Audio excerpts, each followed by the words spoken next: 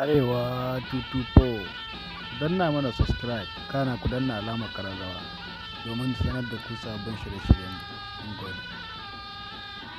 A yau za mu kawo muku rawar Hafsa Idris wadda ta yi shi a ƙasar Dubai yayin da take zuwa yawon buɗe ido ko kuma mu ce yawon shakatawa. Ku biyo mu ku sha kallo.